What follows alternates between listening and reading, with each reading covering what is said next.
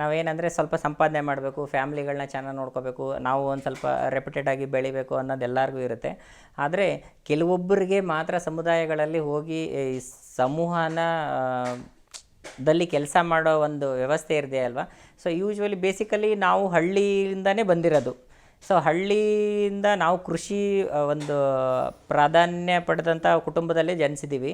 ಹಾಗಾಗಿ ಹಳ್ಳಿಗಳಲ್ಲಿ ಏನೇನು ತೊಂದರೆಗಳನ್ನ ಅನುಭವಿಸಿದ್ದಾರೆ ಅನ್ನೋದು ನಮಗೆ ಒಂದು ಸ್ವಲ್ಪ ಚೆನ್ನಾಗಿ ಗೊತ್ತಿದೆ.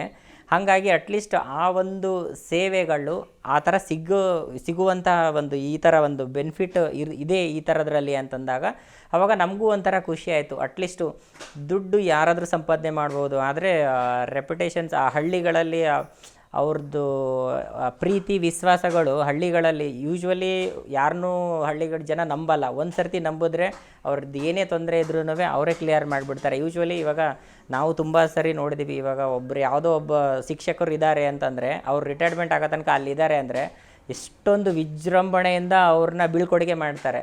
ಸೊ ಅಂಥ ಸಂದರ್ಭಗಳಲ್ಲಿ ಅದನ್ನು ಮಾತ್ರ ನಾವು ಹಳ್ಳಿಗಳಲ್ಲೇ ಮಾತ್ರ ನೋಡೋಕ್ಕೆ ಸಾಧ್ಯ, ಸಿಟಿಗಳಲ್ಲಿ ನೋಡೋಕ್ಕೆ ಸಾಧ್ಯ ಇಲ್ಲ. ಹಾಗಾಗಿ ಫಸ್ಟ್ ಆಫ್ ಆಲ್ ನಾವು ಈ ಒಂದು ಪ್ರೋಗ್ರಾಮಲ್ಲಿ ನಾವು ಕೆಲಸ ಮಾಡ್ತಾಯಿದ್ದೀವಿ ಅಂತಂತಂದರೆ ಇಲ್ಲಿ ನಾವು ದುಡ್ಡುಗೋಸ್ಕರನಾಗಲಿ ಇನ್ನೊಂದಕ್ಕೋಸ್ಕರನಾಗಲಿ ಸೊ ಬಂದಿರಲ್ಲ. ಸೊ ಸರ್ವಿಸ್ ಏನು ನಮಗೆ ಹಳ್ಳಿ ಜನದಲ್ಲಿ ಸ್ವಲ್ಪ ಒಂದು ಪ್ರಮಾಣದಲ್ಲಿ ಸಿಟಿಗಳಿಗಿಂತ ಹಳ್ಳಿಗಳಲ್ಲಿ ಸ್ವಲ್ಪ ಇನ್ನೂ ಪ್ರಾಧಾನ್ಯತೆ ಬೇಕು. ಅಂದರೆ ಹಳ್ಳಿಗಳಲ್ಲಿ ಇನ್ನೂ ಅದ್ರ ಬಗ್ಗೆ ಯೋಚನೆ, ಆರೋಗ್ಯದ ಬಗ್ಗೆ ಯೋಚನೆ ಇಲ್ಲ. ಎಲ್ಲ ಶುಗರು ಬಿ ಪಿ ಎಲ್ಲ ಇರುತ್ತೆ, ಆದರೆ ಎಲ್ಲ ತಿಂತಾ ಇರ್ತಾರೆ.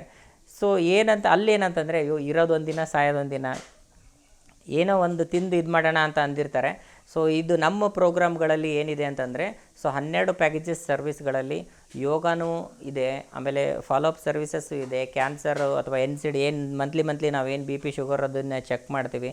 ಸೊ ಅದೆಲ್ಲ ಇದೆ. ಆಮೇಲೆ ಮತ್ತು ಈಟ್ ರೈಟ್ ಇದೆ, ಅಂದರೆ ಏನು ತಿನ್ನಬೇಕು ಏನು ತಿನ್ನಬಾರ್ದು, ಬೇಸಿಗೆ ಕಾಲಗಳಲ್ಲಿ ಏನು ತಿನ್ನಬೇಕು, ಆಮೇಲೆ ನಾರ್ಮಲ್ಲಾಗಿ ಇರಬೇಕಾದ್ರೆ ಏನು ತಿನ್ನಬೇಕು, ಯಾವ ಥರ ಆಹಾರಗಳ ತಿನ್ನಬೇಕು, ಎಲ್ಲ ಆಲ್ಮೋಸ್ಟ್ ತರಕಾರಿಗಳನ್ನ ಯೂಸ್ ಮಾಡೋದು ಜಾಸ್ತಿ ಹಳ್ಳಿಗಳಲ್ಲೇ, ಫ್ರೆಶ್ ತರಕಾರಿಗಳನ್ನ ಯೂಸ್ ಮಾಡೋದು ಹಳ್ಳಿಯಲ್ಲಿ. ಆದರೆ ಆ ತರಕಾರಿಗಳನ್ನ ಯಾವ ರೀತಿಯಾಗಿ ಯೂಸ್ ಮಾಡೋದು ಅನ್ನೋದು ಸೊ ಅದು ಒಂದು ಕೂಲಂಕುಷವಾಗಿ ಅವ್ರಿಗೆ ಹೇಳಿದಾಗ ಸೊ ಆವಾಗ ಬರುತ್ತೆ. ಬಟ್ ನಮ್ಮ ಸರ್ವೀಸು ನಾವು ಬಂದು ಈ ಹಳ್ಳಿ ಒಂದು ಜನಕ್ಕೆ ನಾವು ಸರ್ವಿಸ್ ನೀಡ್ತಿದ್ದೀವಿ ಅಂತಂದರೆ ಸೊ ಅದು ನಮಗೆ ಒಂದು ಒಲಿದು ಬಂದ ಭಾಗ್ಯನೇ ಅಂತ ಹೇಳ್ಬೋದು. ಯಾಕಂದರೆ ಎಲ್ಲರಿಗೂ ಆ ರೀತಿಯಲ್ಲಿ ಸರ್ವಿಸ್ಸು ಮಾಡೋದಕ್ಕೆ ಯಾರಿಗೂ ಸಿಗಲ್ಲ.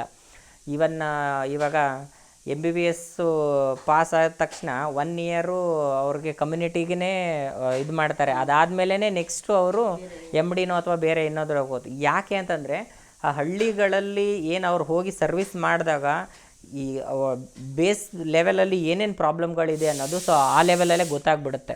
ಸೊ ಆ ಲೆವೆಲಲ್ಲಿ ಗೊತ್ತಾಗದಾಗ ಅವ್ರಿಗೆ ಒಂದು ಮೈಂಡ್ಸೆಟ್ ಯಾವ ಥರ ಆಗಿಬಿಡುತ್ತೆ ಅಂದರೆ ಇನ್ನೂ ಹಳ್ಳಿಗಳಲ್ಲಿ ಪ್ರಾಧಾನ್ಯತೆ ಬರಬೇಕು, ಹೆಲ್ತ್ ಬಗ್ಗೆ ಇನ್ನೂ ಕಾನ್ಷಿಯಸ್ಗಳು ಬರಬೇಕು ಅಂತ ಅದೇನು ಎಲ್ಲರಿಗೂ ಮೈಂಡ್ಸೆಟ್ ಬರುತ್ತೆ.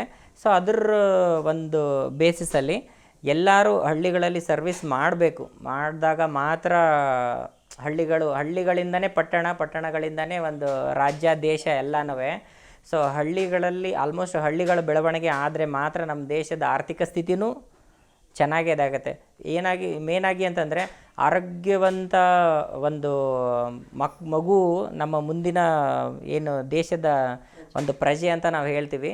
ಸೊ ಅದೇ ರೀತಿಯಾಗಿ ಒಂದು ಆರೋಗ್ಯವಂತ ಒಂದು ಕುಟುಂಬ ನಮ್ಮ ದೇಶಕ್ಕೆ ಒಂದು ಎಕನಾಮಿಕಲಿ ತುಂಬ ಸಪೋರ್ಟ್ ಆಗಿರುತ್ತೆ. ಇವಾಗ ಅನಾರೋಗ್ಯದಿಂದ ಬಳಲುತ್ತಿದ್ದರೆ ಸೊ ಆ ಮನೆಯಲ್ಲಿ ಎಲ್ಲ ದುಡ್ಡಿಂದು ಆಗಲಿ ಬೇರೆದಾಗಲಿ ಇನ್ನೊಂದಾಗಲಿ ನೆಮ್ಮದಿಗಳು, ಮಾನಸಿಕ ಒತ್ತಡ ತುಂಬ ಇರುತ್ತೆ.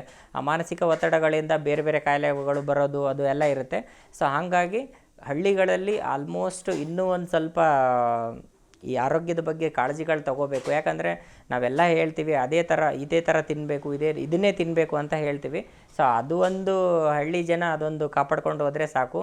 ಸಿಟಿಗಳಿಗಿಂತನೂ ಜಾಸ್ತಿ ಹಳ್ಳಿಗಳೇ ಇನ್ನೂ ಸ್ವಲ್ಪ ಸಬಲೀಕರಣ ಇನ್ನೂ ಚೆನ್ನಾಗಿ ಮಾಡ್ಬೋದು. ಮುಂಚೆ ಎಲ್ಲ ಬರೀ ಶ್ರೀಮಂತರದ್ದು ಬಿ ಪಿ ಶುಗರ್ ಅನ್ನೋದು ಶ್ರೀಮಂತರ ಕಾಯಿಲೆ ಆಗಿತ್ತು.